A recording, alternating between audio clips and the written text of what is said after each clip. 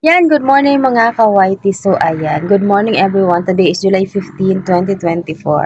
Alam niyo mga lalabs, mai-share ako sa inyo na pinagdadaanan ko ngayon sa sarili ko na ayoko sabihin sa family ko. So, ayan. Madalas kasi pag natutulog kasi ako, madalas ko kasi na-experience ngayon yung Ayan, hindi ko alam kung na-experience nyo rin itong na-experience ko sa ngayon na madalas. Kasi pag natutulog kasi ako, bigla na ako magigising na parang bigla ako nahulog, ganyan. Bigla ako nagigising ng ganyan.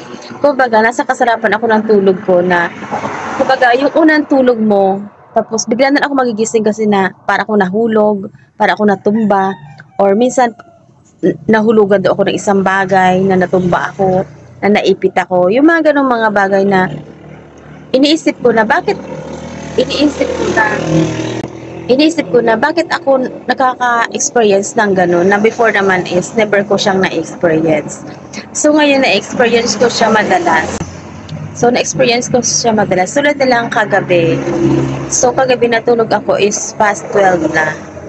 Past 12 na. So bali nakatulog naman ako agad kasi naghapat ulit ako bago ako matulog. So fresh ang pakiramdam kaya nakatulog ako agad. Pero nagising din naman ako agad. Kasi siguro wala pang 15 minutes, nagising agad ako kasi nga, nahulugan daw ako ng isang bagay.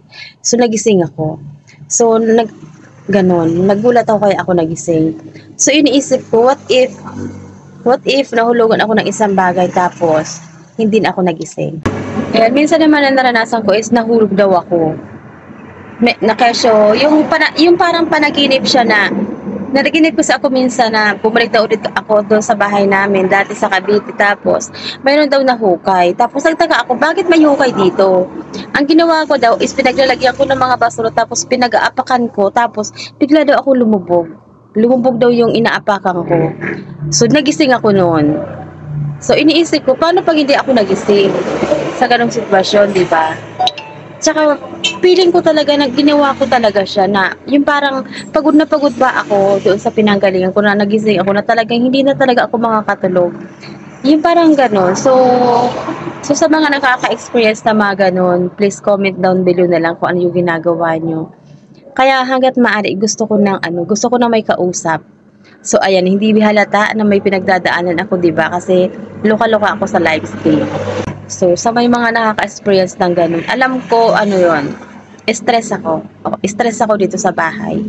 Pero nilalabanan ko siya. So, yun lang ang na-experience ko sa gabi na madalas, as in madalas talaga. Sa isang gabi, halos thrice ko siyang na-experience, kaya hindi ako nakakatulog. So, yung pagpupuyat ko naman is normal naman yun kasi sanay talaga ako magpupuyat. So, lately lang, siguro mga 3 months ko nang na-experience na ayaw kong sabihin sa kanila. So, kaya ginawan ko siya ng video para if ever namang mangyari man sa akin, may idea kayo. Diba? Yung parang ganun.